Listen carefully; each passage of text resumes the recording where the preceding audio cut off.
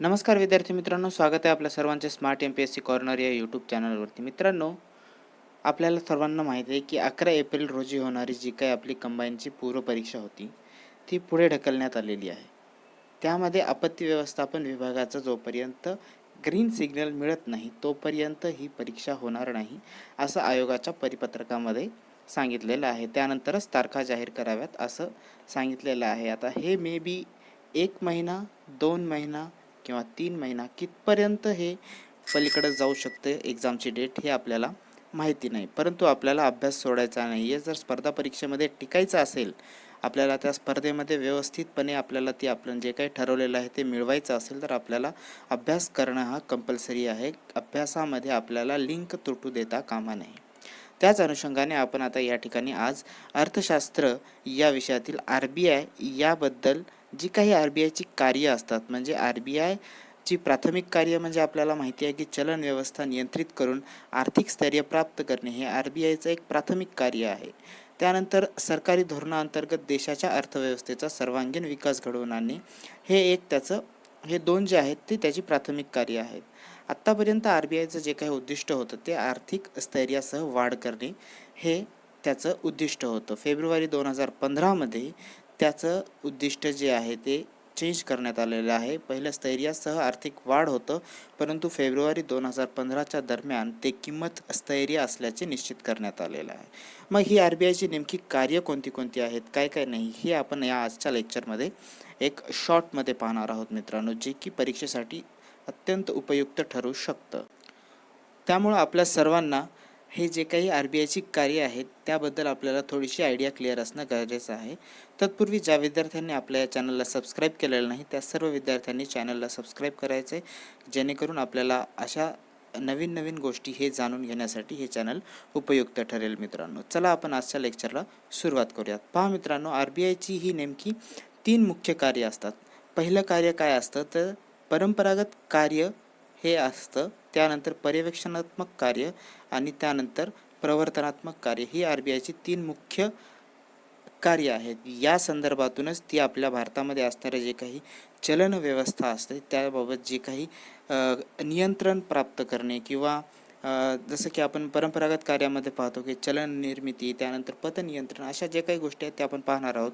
त्यानंतर पर्यवेक्षणात्मक कार्य जसं की बँकांना परवाने देणे वगैरे, व्यापारी बँकांना परवाने देणे, त्यानंतर शाखा परवाना पद्धती, बँकांची तपासणी करणे, असे विविध कार्य या ठिकाणी आपण पाहू शकतो पर्यवेक्षणात्मक कार्यामध्ये. त्यानंतर प्रवर्तनात्मक कार्य जे आहेत ती व्यापारी बँक, सहकारी बँक, कृषी व ग्रामीण पतपुरवठ्याचे प्रवर्तन करणे असे, त्यानंतर औद्योगिक वित्तपुरवठ्याचे प्रवर्तन करणे, हे असे वेगवेगळे प्रवर्तनात्मक कार्य आहेत. तर या आजच्या लेक्चरमध्ये आपण परंपरागत कार्य पाहणार आहोत आणि येणाऱ्या पुढील लेक्चरमध्ये आपण त्याचे उरलेले जे आहेत पर्यवेक्षणात्मक कार्य आणि प्रवर्तनात्मक कार्य हे पाहणार आहोत.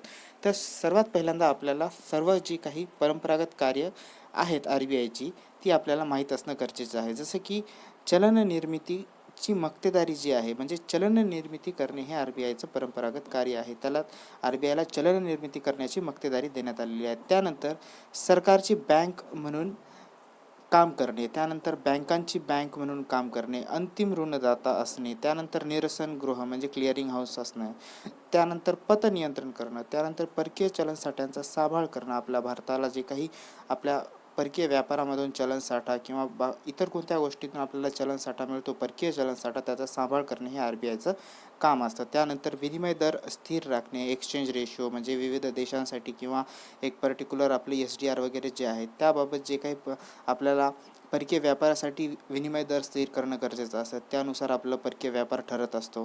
त्यानंतर आपली जे काही अर्थविषयक वार्षिक आकडेवारी असणार आहे ती प्रसिद्ध करणे ही RBIची परंपरागत कार्य आपल्याला माहीत असली पाहिजेत. ही सर्व जी कार्य आहेत ही परीक्षेमध्ये केव्हाही विचारू शकतात. जसं की प्रश्न येऊ शकतो की RBIची खालीलपैकी कोणती परंपरागत कार्य आहेत, तर ही सर्व आपल्याला माहीत असणं लक्षात आहे.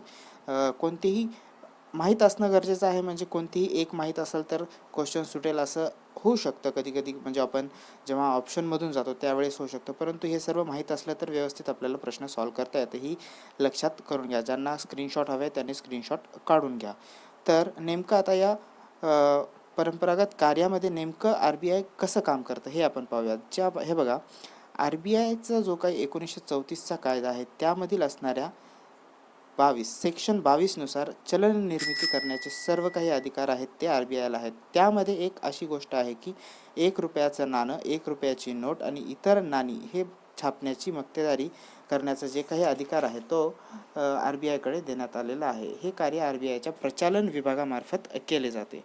मग त्या ठिकाणी पहा की भारतामध्ये जेव्हा चलन निर्मिती व्हायची त्यावेळेस 1929 ते 1957 या दरम्यान आपल्याला प्रमाण निधी पद्धत वापरली जात होती. त्यामध्ये काय म्हणतात त्याला प्रोपोर्शनल रिझर्व्ह सिस्टीम होते. त्या अंतर्गत आपल्याला एकूण चलनाच्या 40% साठा आपल्याला सोन्याच्या स्वरूपात ठेवणे त्या ठिकाणी भाग होतं. परंतु 1957 नंतर ही चेंज करण्यात आली आणि तेव्हापासून आपल्याला किमान निधी पद्धत म्हणजे मिनिमम रिझर्व्ह रेशो आपल्याला RBIमध्ये ठेवला जातो. या मिनिमम रिझर्व्ह रेशोमध्ये आपल्याला नेमकं काय काय असतं तर 200 कोटीचा आपल्याला किमान निधी साठा ठेवायचा असतो. त्यामधील आपल्याला 115 कोटी रुपयाचे सोने त्या ठिकाणी ठेवावे लागते. किती? 115 कोटी रुपयाचे सोने. मग या 115 कोटी रुपयाचा सोन्याचा भाव काय असतो तर 62.50 पैसे या भावाच्या स्वरूपामध्ये हे 115 कोटी रुपयाचे सोने ठेवले जाते आणि त्यानंतर 85 कोटी रुपयाचे परकीय सरकारी कर्जरोखे ठेवण्याचे निश्चित करण्यात आले. हे आपल्याला पहा किमान निधी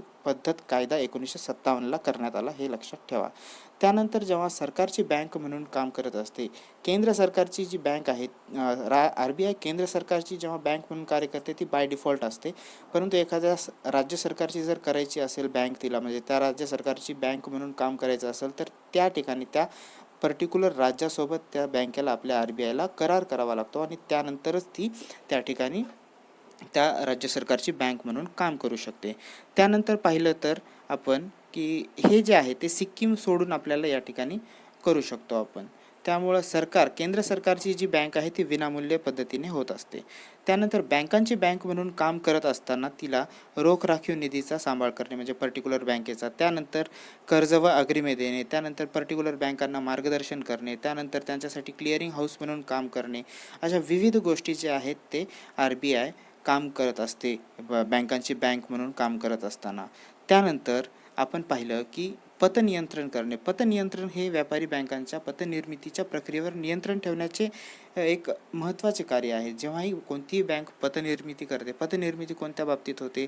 कर्ज देणे वगैरे अशा जे काही गोष्टी आहेत त्यामधून बँकांची पतनिर्मिती होते, त्यावरती नियंत्रण ठेवण्याचे कार्य करते. आणि आपल्याला पाहिलेलं आहे आपण की परकीय चलन साठ्याचा नियंत्रक म्हणून काम करते आपल्याला RBI. त्यानंतर व्यापारी बँकांच्या पतनिर्मितीवर त्या ठिकाणी ते नियंत्रण ठेवते. हे अशा ज्या गोष्टी आहेत ते आपल्याला माहीत असणं गरजेचं आहे, म्हणजे परीक्षेमध्ये आपल्याला व्यवस्थितपणे सॉल्व करता येतं मित्रांनो. या सर्व गोष्टी तुम्ही लक्षात ठेवा. व्हिडिओ आवडला असेल तर नक्कीच लाईक करा, शेअर करा, सबस्क्राईब करायला विसरू नका. स्वतःची काळजी घ्या, अभ्यास करत राहा, परीक्षा नक्कीच होणार आहे. आईवडिलांची देखील काळजी घ्या. God bless you all.